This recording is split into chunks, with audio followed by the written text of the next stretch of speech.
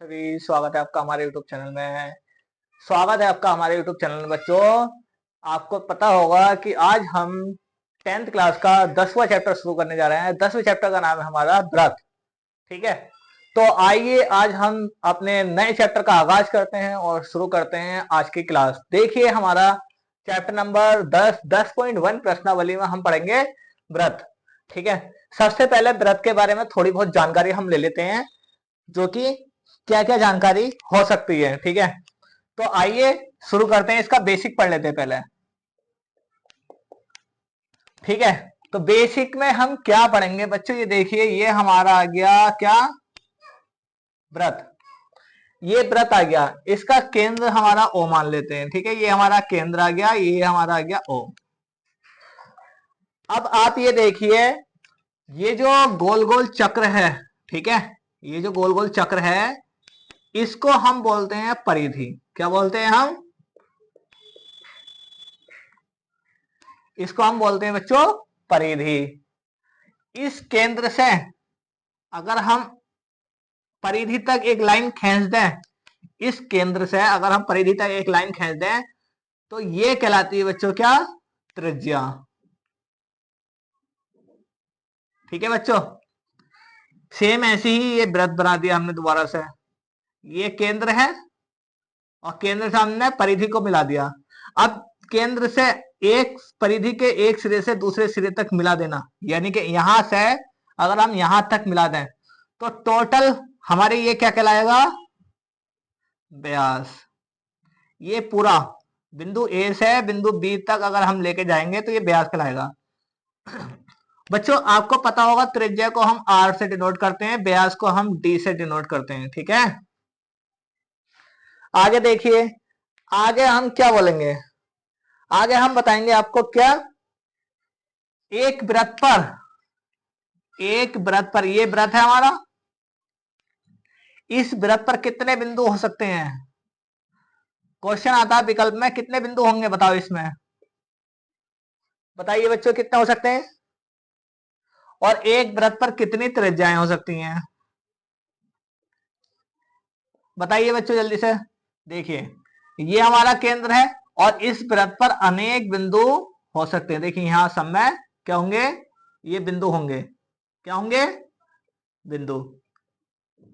तो कितने होंगे, अनंत। कितने होंगे बच्चों, अनंत। अनंत बिंदु होंगे, तो अनंत बिंदु होंगे तो अनंत बिंदु, ये एक बिंदु से, हर बिंदु से ये मिल जाएगी। तो ये क्या होगा, अनंत त्रिज्याएं हो जाएंगी।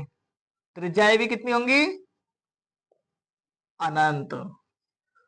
उम्मीद है बच्चों आपको ये बातें समझ में आ रही होंगी। ठीक है, अब देखिए, क्वेश्चन आता है कि प्रतिच्छेदित रेखा किन्हें कहते हैं। ये सपोज करो ये वृत्त है और वृत्त के साइड से हमने ये रेखा खींच दी, तो ये जो रेखा है, ये जो लाइन खींची है, ये वृत्त को टच नहीं कर रही। वृत्त को जब टच नहीं कर रही तो इसी लाइन को हम क्या कहेंगे, इसी लाइन को कहेंगे अप्रतिच्छेदित रेखा। ठीक है बच्चों, इसको क्या बोलेंगे, अप्रतिच्छेदित रेखा या फिर अप्रतिच्छेदी रेखा। ठीक है, आप इतना नोट कीजिए। ये था हमारा बेसिक में, अभी और पढ़ेंगे हम। अब आता है क्वेश्चन, एक क्वेश्चन और आता है कि छेदक रेखा किसको बोलते हैं। देखिए, ये हमने वृत्त बना लिया, अब छेदक रेखा की बात चल रही है। छेदक रेखा यानी कि जो वृत्त को छेदक करती जाए, यानी कि आर पार काट दे। देखिए, ये हमने, या तो आप इस तरह से खींच दो, तो इसी रेखा को हम, ये जो रेखा है ये हमारी छेदक रेखा है। कैसी रेखा बच्चों, ये छेदक। ठीक है, इसका केंद्र कौन सा होगा, ये होगा आपका केंद्र सी। केंद्र सी कह दो या ओ कह दो। ठीक है, ये हमारी छेदक रेखा होगी।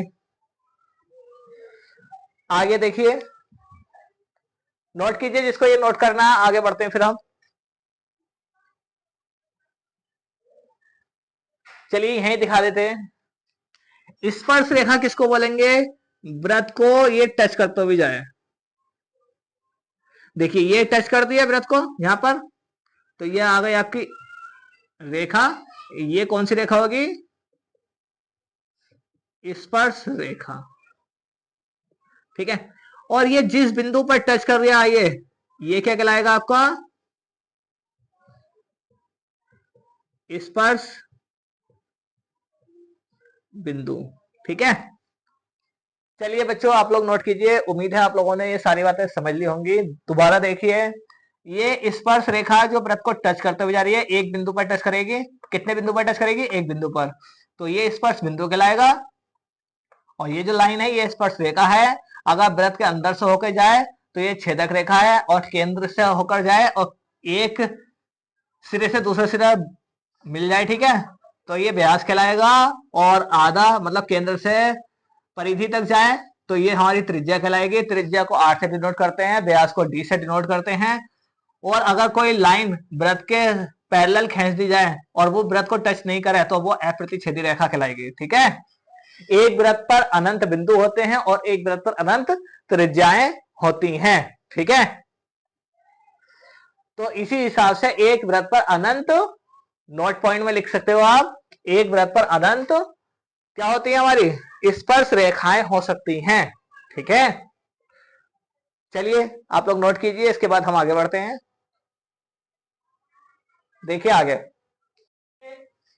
वृत्त का क्षेत्रफल क्या होता है बच्चों? बताइए बच्चों, वृत्त का क्षेत्रफल, वृत्त का क्षेत्रफल बराबर हो जाएगा पाई R स्क्वायर। ठीक है, ये हमारा वृत्त का क्षेत्रफल हो जाएगा। और वृत्त की परिधि का फॉर्मूला क्या होगा? वृत्त की परिधि, बच्चों ये फॉर्मूले भी आप लोग याद कर लेना, ये होता है आपका 2 पाई R।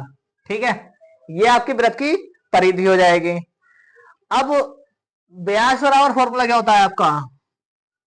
व्यास, व्यास आपको D से डिनोट करते हैं, D बराबर होता है 2R।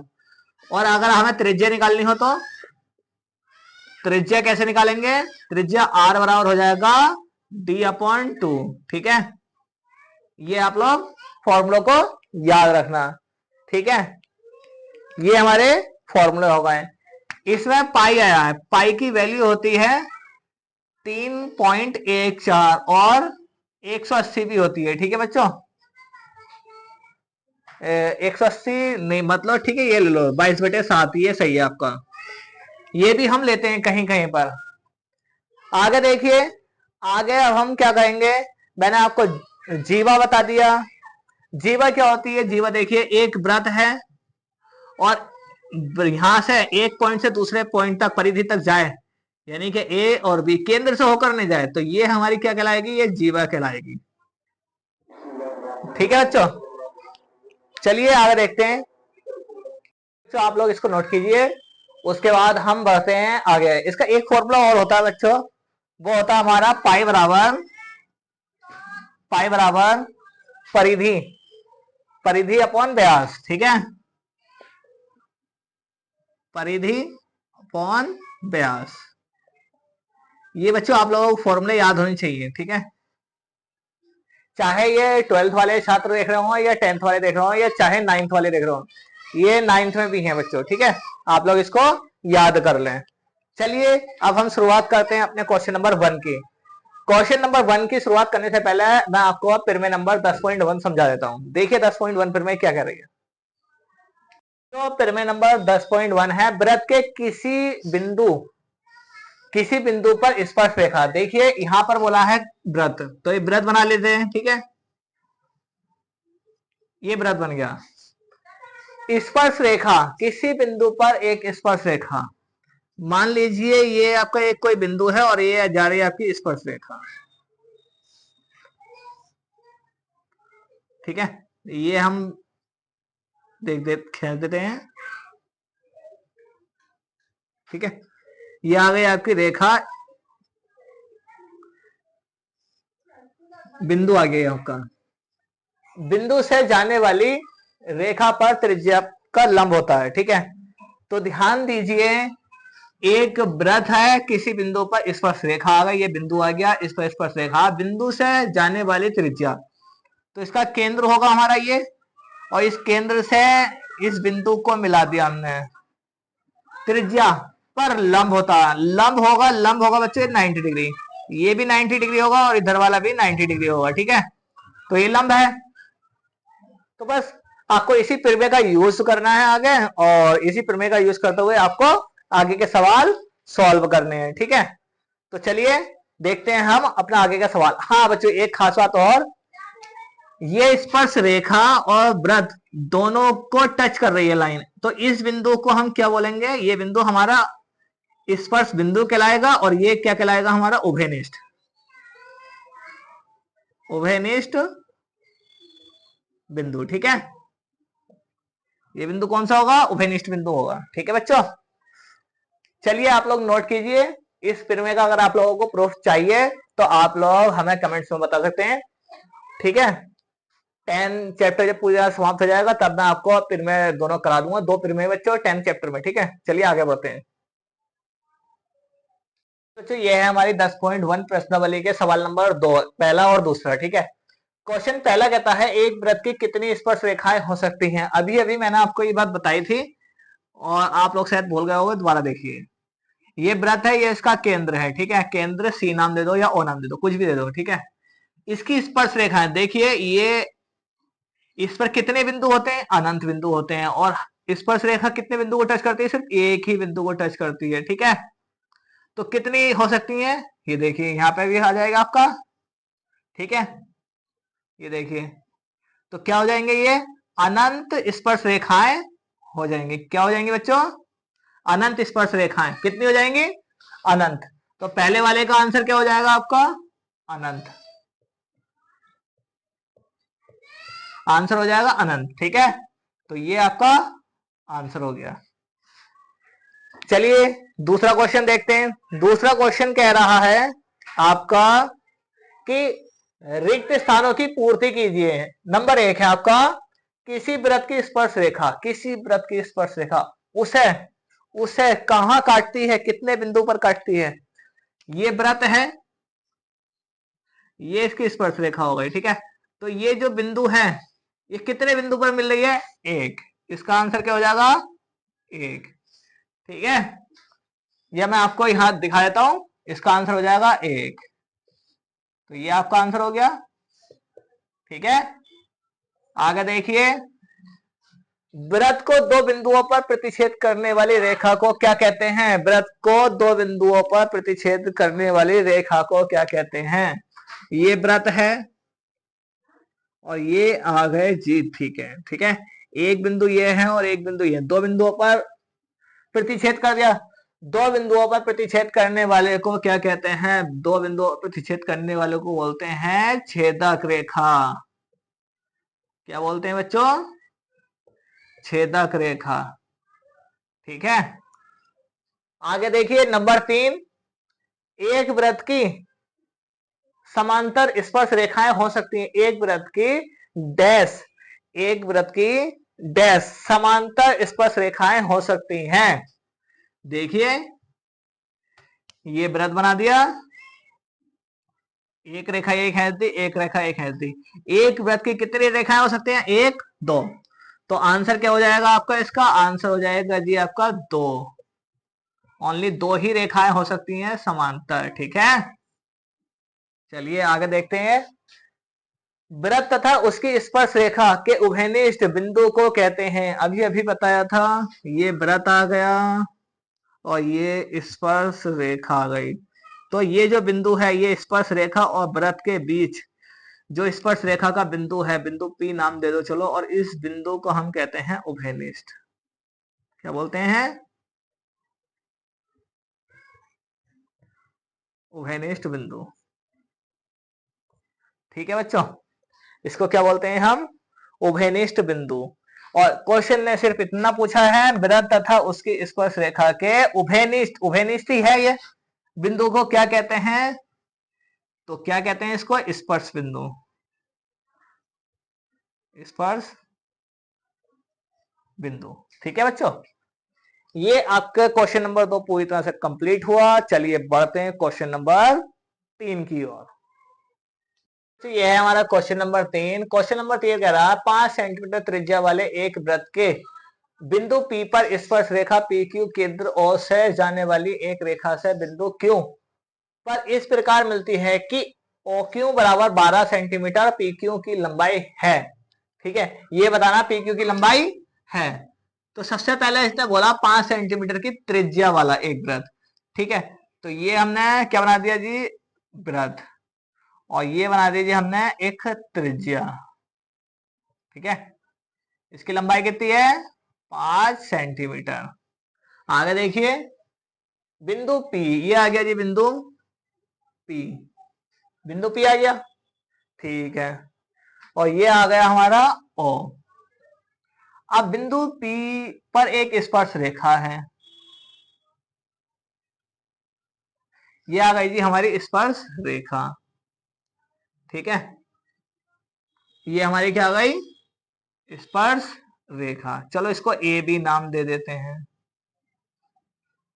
ठीक है, और ये हमारा बिंदु है। ठीक है बच्चों, ये हमारा बिंदु है। नहीं, इसमें क्यू का जिक्र आना है ना, तो क्यू लेना हमें। तो ये बिंदु हमारा क्या है, हमारा क्यू है, और इस केंद्र से क्यू तक की डिस्टेंस देखिए कितनी दे रखी है, ओ क्यू कितना दे रखा, 12 सेंटीमीटर। तो हमें ये वाली लंबाई हमें बतानी है, ये कितनी है। ठीक है, ये वाली लंबाई हमें क्या करनी है, बतानी है। तो कैसे बताएंगे, सॉल्यूशन, सॉल्यूशन। अब हम लिखेंगे क्या, क्या लिखेंगे बच्चों हम, गिवन दैट हमें दिया है ओ क्यू बराबर कितना दे दिया, 12 सेंटीमीटर, पी क्यू बराबर हमें निकालना है। ठीक है, और ओपी कितना दे दिया हमें, 5 सेंटीमीटर। हम जानते हैं वी नो दैट, हम जानते हैं क्या, पाइथागोरस प्रमेय से, पाइथागोरस प्रमेय से जानते हैं हम क्या, कण का स्क्वायर बराबर है आधार का स्क्वायर और प्लस लंब का स्क्वायर। ठीक है, कण कितना है आपका, कण है आपका, ये देखिए ये आपका इधर वाला कण होता, ये लंब है, ये आधार है।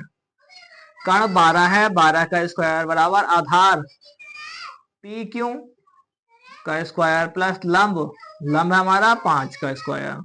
ठीक है, 12 का स्क्वायर 144 माइनस पी क्यू का इसका स्क्वायर 5 का स्क्वायर 25 बर, ये आ गया आपका पी क्यू ऐसी रहने दो, और प्लस 5 का स्क्वायर 25। ठीक है, तो और आगे देखिए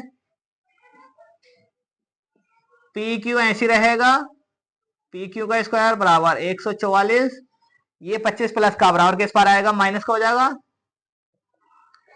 और पी क्यू बराबर कितना आ गया आपका 119, इस पे स्क्वायर है, पी क्यू बराबर कितना आ गया 119 का रूट। ठीक है, सेंटीमीटर। ये आपका आंसर हो जाएगा बच्चों। आंसर कौन सा हो गया, option number D is the right answer. चलिए बच्चों आप लोग इसको नोट कीजिए, फिर हम बढ़ते हैं क्वेश्चन नंबर 4 की ओर। चलिए आप लोगों ने इसका स्क्रीनशॉट ले ही लिया होगा। चलिए आगे बढ़ते हैं। क्वेश्चन नंबर 4 देखिए 10.1 यानी कि 10.1 प्रश्नावली का आखिरी सवाल, लास्ट सवाल। ठीक है, ये हमारा आखिरी सवाल 10.1 प्रश्नावली का।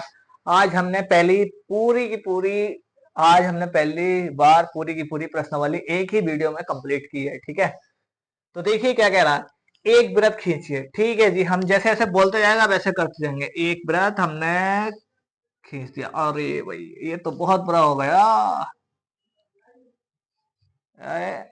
चलिए इतना ही ठीक है।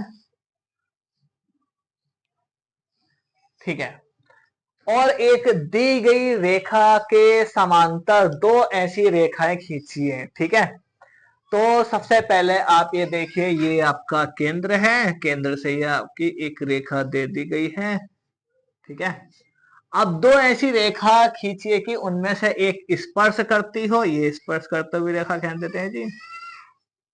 ओ टच ही नहीं हो रही, ए, हाँ, ये आ गया स्पर्श रेखा। और दूसरी छेदक रेखा हो, दूसरी कैसी रेखा हो बच्चों, छेदक रेखा हो, और ये लीजिए जी, कर दीजिए छेदक रेखा, ठीक है। एक वृत्त खींचिए और एक दी गई रेखा के समांतर, ये जो रेखा दी गई है इसके समांतर दो ऐसी रेखाएं खींचिए जिनमें से एक स्पर्श रेखा हो और एक छेदक रेखा हो, ठीक है। तो ये हमारी, ये वाली जो लाइन आ गई हमारी, ये आ गई आपकी छेदक रेखा,